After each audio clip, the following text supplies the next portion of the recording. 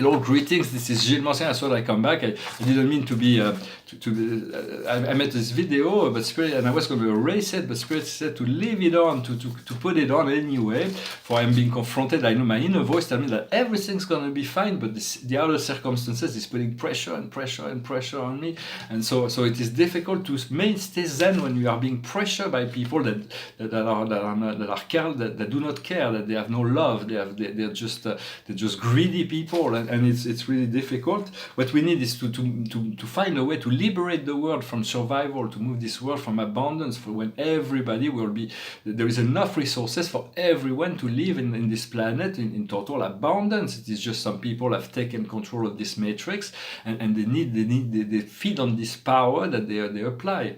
So it's a very old programming that we need to put an end to it, and God we pray God that this will happen now, very soon, that everything is in the process of being free. For those who are unkind, those who are racist, those who are mistreat other people, mistreat children, mistreat women, mistreat the planet, will not be able to pass. They will evacuated from the planet.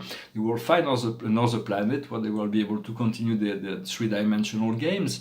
But we do need to move into this fifth dimension, and so it is about having more faith and to be abandoned. For I decided I went out and take a walk. It's clear my head, and I feel a little bit more together, in understanding also that all the organizations, some of them are really dark, but there is dark and light in all sphere, in all organizations. There is light. There's people that work for the light inside all secret service, all government, all central banks. There are people that are light workers that work for the re-establishment of the fairness, of the balance, of the equilibrium.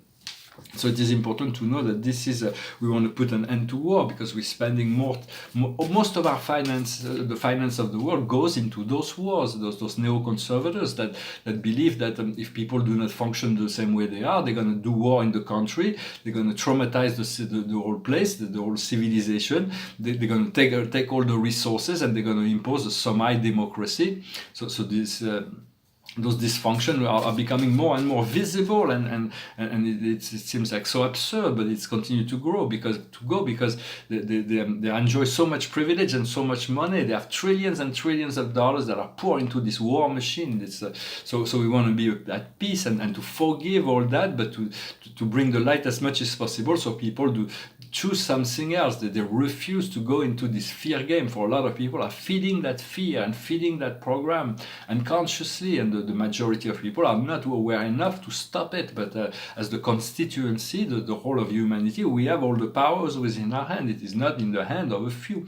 It's just because it's because people are conditioned by that. So we want to awaken, and it is happening. So I'm going to pull a few cards from the romantic deck. It's the deck of Casanova, the Venetian deck. I'll pull 10 cards and see what. So the situation is victory. The situation is victory. Here it's romantic. It's erotic or romantic, but it's a victory. There is this victory of the light. As we trust, we find this victory. What does victory mean? Victory means patience. This person that's been isolated, he has to be patient. What is it we want to achieve? We want to achieve fulfillment, satiety, happiness, joy. And what furthers us on the way to victory is happiness, is the wish-fulfilling gem. It is the ability. It's quite erotic here, but it's about finding the understanding that our wish can come true. What comes around around the situation is disappointment. This is the card of disappointment. So what are the disappointment about? Is about the world, about the freedom that we are seeking. What we've learned from the disappointment is the Knight of Wands. It is about coming into the light. We have the power within ourselves to bring this light forward, and how we can prevent the disappointment by completion. It is the card of completion. It is by being gentle with ourselves, by allowing the whole process to find natural resolution. What we see before us is the Lovers. So it's about finding this true match for ourselves, so we can feel happy in this. We were created as sexual beings, and we need to work family. We need to find our complement, to find our match. But as we there was a lot of relationship that was in 3D in the past that no longer function, because the needs of everyone is different than what it used to be. So it's about aligning with as much as possible to the divinity within ourselves, to the will of God, and this will attract the other person as the twin flame or soulmate. In our past, in our subconscious, we have the Knight of Swords. So it was about breaking free from old conditioning, breaking free from old beliefs, breaking free from smaller ideas to move into bigger ideas, larger ideas. Where we are now is dominion. We are able to find this dominion, to stay centered. If when we stay centered, everything goes better. Then to move out of centeredness. So it's when we move out of our center is when we get disease, is when we get sick, is when we get confused. When we are in center, everything goes usually much better. We have to learn to return to center. What's coming up in the near future is the Chariot. It is the success. It is the recognition of public recognition. It is the Chariot. It is the ability to travel. It is the ability to expand. What we are within this situation is the knight, the lady of the Queen of Sword, and the Queen of Sword is she's the one that has we have to have a sense of humor. It's about dropping old mask in order to let go of the old mask and to have a sense of humor, to take care of all the things that are important, all the logistic. What comes to us from the outside world is joy, reconnection. It is the soulmate. It is the ability for a true relationship, all relationships that are coming back into alignment. What is our inner emotion is the Hangman. So the Hangman is about letting go of all the past situation. So it's a bit, because the old is no longer empowered, and everybody will soon see that there is all kinds of old programmings that needs to run to the end of their course. Once we let go of that, we find success, material success. We can feel the abundance. We can feel that the security of that. And the outcome is oppression. Here is playing this game here. But we cannot let anything being. We cannot let it's like doing too much to please other people. So we have to react to that, aspire, and then from there we'll find the Knight of the Knight of Pentacles. The Knight of Pentacles is a rebirth. It is something new. We have to be gentle and kind. The more gentle and kind with ourselves, the faster things will move forward. So we have to develop this kindness, this gentleness, this softness within ourselves, and to let go of all the old programming that still can be rash. I hope this message will have meaning for you. Behind me here is a portrait of, originally it was a portrait of Henri Matisse. I'm doing those portraits. Behind is the portrait of Leonardo da Vinci. It's a portrait of masters. It's a small studies. I decided to make them all in the same size and to make the astrology of each person in the back here. So here originally it was Matisse, but it became Gauguin. It's a portrait of Paul Gauguin. That's his astrology. And I was going to do put some Tahitian girls there, but the painting works so well, and so I called it the portrait of Paul Gauguin by Henri Matisse. For it's got this Matisse energy, but it's definitely a portrait of Paul Gauguin. And here it's another tribute to other artists. It's called This Is Not a Magritte. I put a pipe. Magritte did those famous paintings. This is not a pipe, the painting of a pipe. So this is not a Magritte. I have the Mondrian here. There was a personal painting, a doorway here, and it's signed and dated 2005. And here on the easel there is this incomplete painting of an extraterrestrial, this kind of beings with a cone head, and so it's very strange. And I was going to put a little ball hat as Matisse as Magritte to reinforce the idea, but I'm afraid to touch it. I think it works really well like that, so I'm going to leave it like that. I was talking about negotiation in past videos. For everything is negotiable. There's a lot of things that are negotiable. It depends on societies. In the Western societies, you don't go and negotiate. You walk into a store, you want to buy a pair of shoes. I'm offering that much. People will not take it. But in many societies, it is, the things are always negotiable. It's part of the culture. But in the Western world, what's negotiable is not the primary market; it's the secondary market. Like if you buy a new car, you can't negotiate the price. But if you buy an old car, there may be space for negotiation. If you buy a new apartment, it may not be negotiable. But if you buy an old apartment, there may be space for negotiation. And it's the same thing in art.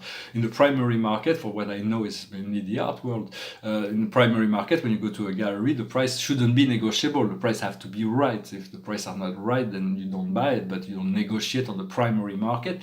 But if you buy a painting and there are collectors that will, when you buy Picasso or Matisse or Monet or whatever, when you offer them a private painting for sale, they will always try to make an offer 20% below, because they know that or even in galleries, that they can get a little bit less than what is being asked. And there are two kinds of collectors. Some people will make always offers, and some people will say, well, if the price isn't right, it's not for me, they just let it be. And so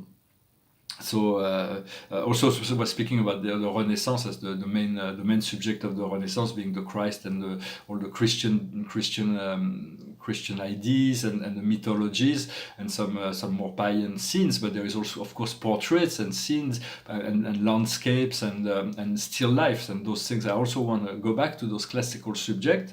I was talking also about taking over reapproaching some of the old masters and important modern art paintings, like the School of Athens of Raphael, or the Scene of Leonardo da Vinci. But this has been done, and there are many people doing it. I even see on Instagram there's a lot of people taking over the portraits of the girl with the pearl with Vermeer, and putting it in every kind of source. But mostly it's humor. What I want to do is not about humor, it's about bringing new content, spiritual content. My point is to bring new spiritual content into old images. And so humor, and there's a lot of Photoshop. I love Photoshop. It's beautiful, but I feel better when as a gallery, if I was to show art, I would rather have the actual collage or the actual thing than just something like electronic. For me, electronic is like, the value of electronic is just is instant, but it's not. I moved. I have a cat that's in the middle.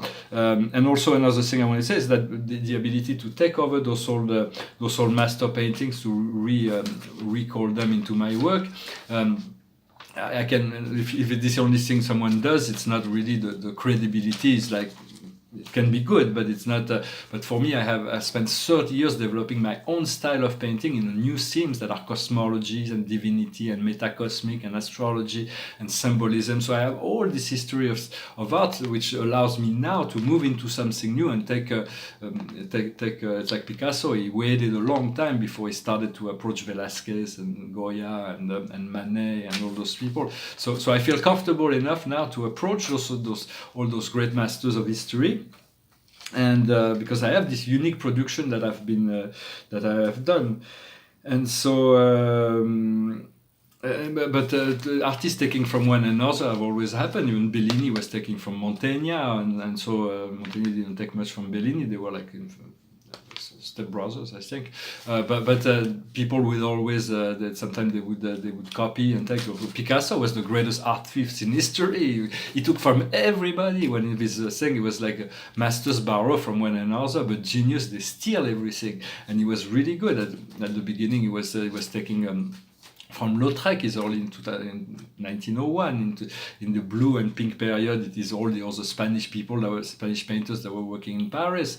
Then for the Cubist period was very the African period of the Demoiselle d'Avignon was totally unique. It was something that was unique to him. But after, all the other paintings were like Léger and Braque and Juan Gris and all. He was taking a lot. And then in the 30s he was taking he was like making Matisse paintings, and it's about the 40s after the war that he becomes truly unique Picasso, and we cannot mistake it for anybody else. For Picasso had genius. He had whatever he took, he added his genius. That's why he's such a great artist, and he's a good friend as well. So I thought I finished with a song. It was just for me to come and say hello, to bring a more positive image. I feel like Spirit is talking to me about freedom, about liberation, about my ability to live here without having to go through a nightmare. So I trust that, and no matter what the circumstances may be, you have to. It's a test of faith to trust your inner voice before anything else. Finish with a song. It's about passion. It's a song. It's called Fever. Never know how much I love you. Never know how much I care. When you put your arms around me, I get a fever that's so hard to bear. You give me fever. Fever when you kiss me. Fever when you hold me tight. Fever in the morning. Fever all through the night. Sun light up the daytime. Moon light up the night. I light up when you call my name, and you know I'm gonna treat you right. You give me fever when you kiss me. Fever when you hold me tight. Fever in the morning. Fever all through the night. Everybody's got the fever, that's something we all know. Fever isn't such a new thing, fever started long ago. Romeo loved Juliet, Juliet she felt the same. When he put his arm around her, he said, Julie, baby, you're my flame. Thou give me fever when we kiss us, fever's thy flaming use. Fever, I'm on fire, fever, yeah, burn forsooth. Well, I wasn't gonna do the end, but I just thinking I wasn't gonna prepare to do this last part. It's more difficult part to sing, but it's an old song. I hope you're having a wonderful day. I hope you enjoyed this video, and let us focus on creating this global peace, this global abundance, this paradise for it is really what is essentially why we came here at Lightworker, is to envision that and to use our inner power to manifest it one step at a time, one day at a time. Thank you very much. Namaste.